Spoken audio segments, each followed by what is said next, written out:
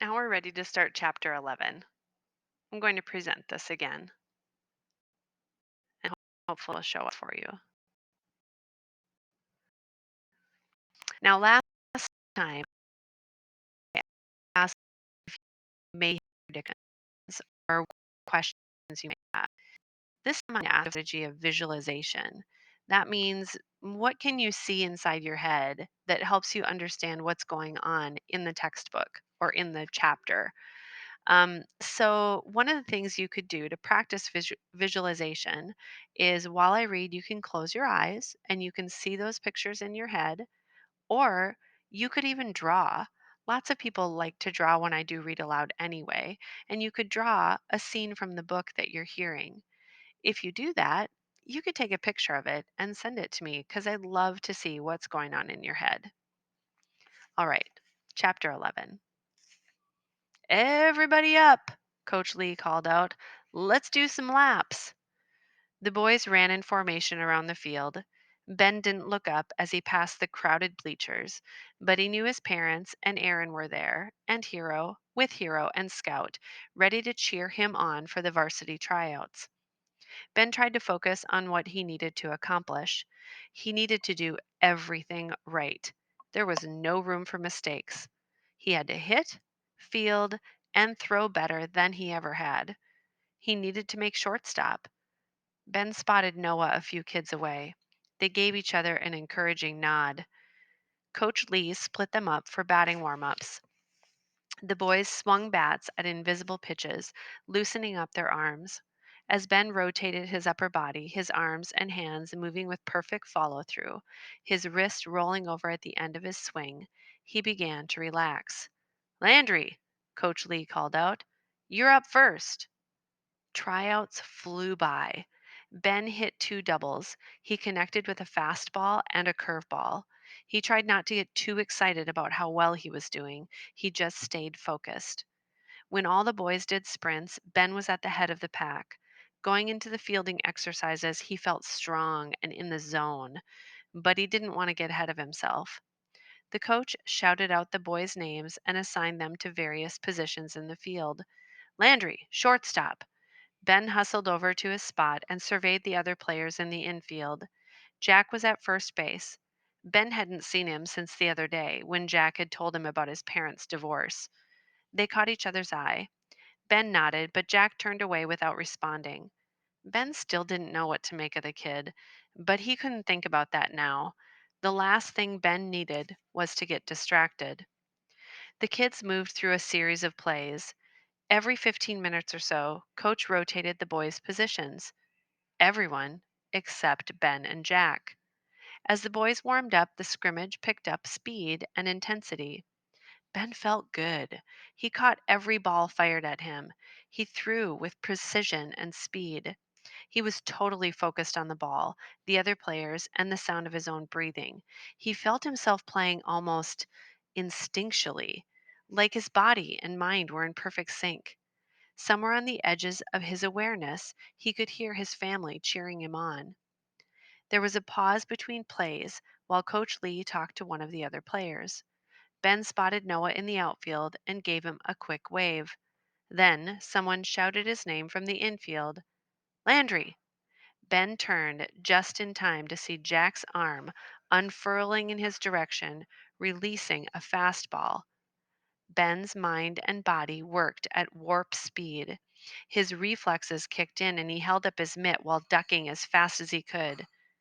It wasn't fast enough. The ball nailed him on his right collarbone. Hard. The pain shot through his body. Ben doubled over and took short, sharp breaths, hoping he didn't pass out right there in the field. He could feel Jack's eyes on him. In the distance, Ben heard Hero barking angrily and Noah yelling, Hey! Out of the corner of his eye, Ben saw Hero streaking around the chain link fence and out onto the field. He heard his dad yelling, Hero! No! But the dog was barking and growling viciously. He was trained to protect his handler at all costs, and he was heading straight for Jack. Jack cowered on first base, holding up his hands in front of him to ward off Hero. Ben straightened up as quickly as he could. He cringed at the throbbing in his shoulder. He could barely catch his breath. Hero, no, he called out weakly, but it was loud enough for Hero to hear, which was all that mattered.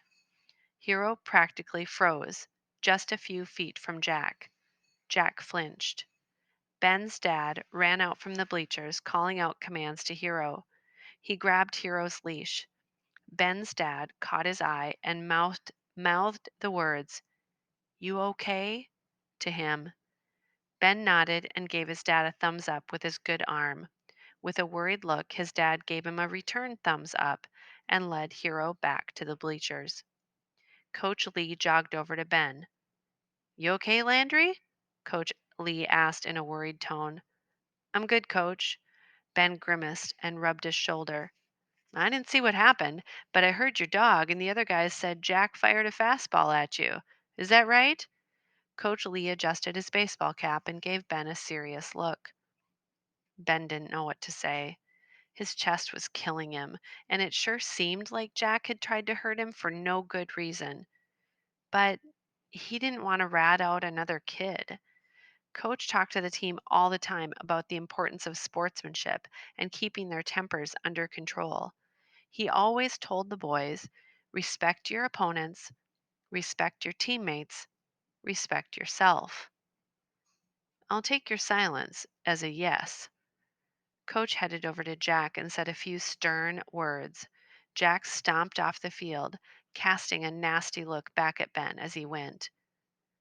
Ben could see his family and the other parents talking to one another about what had just happened and pointing at him and Jack. The other players in the field were talking about it too.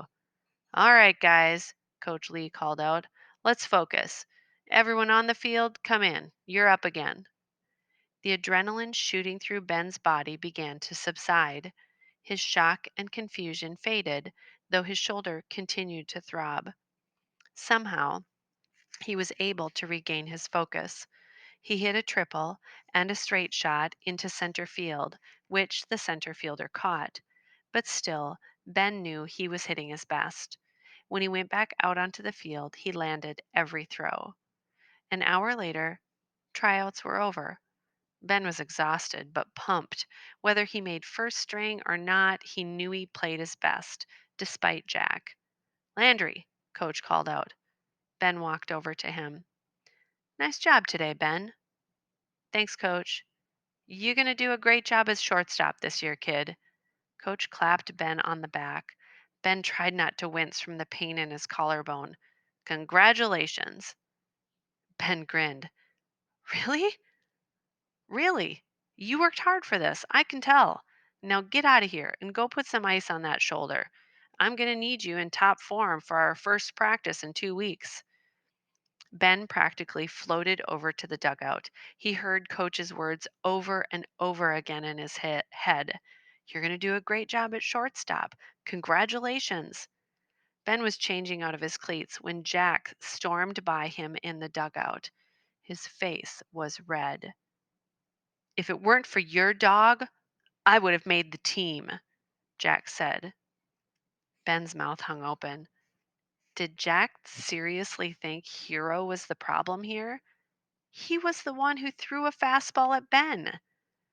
Before Ben could think of a response, Jack strode off, still in his cleats, his mitt tucked under his arm and his fists clenched at his sides. Boy, it sounds like Jack has some other things going on in his life that is making him kind of unhappy. I wonder if you know anybody like that. I wonder what the best way to reach Jack would be.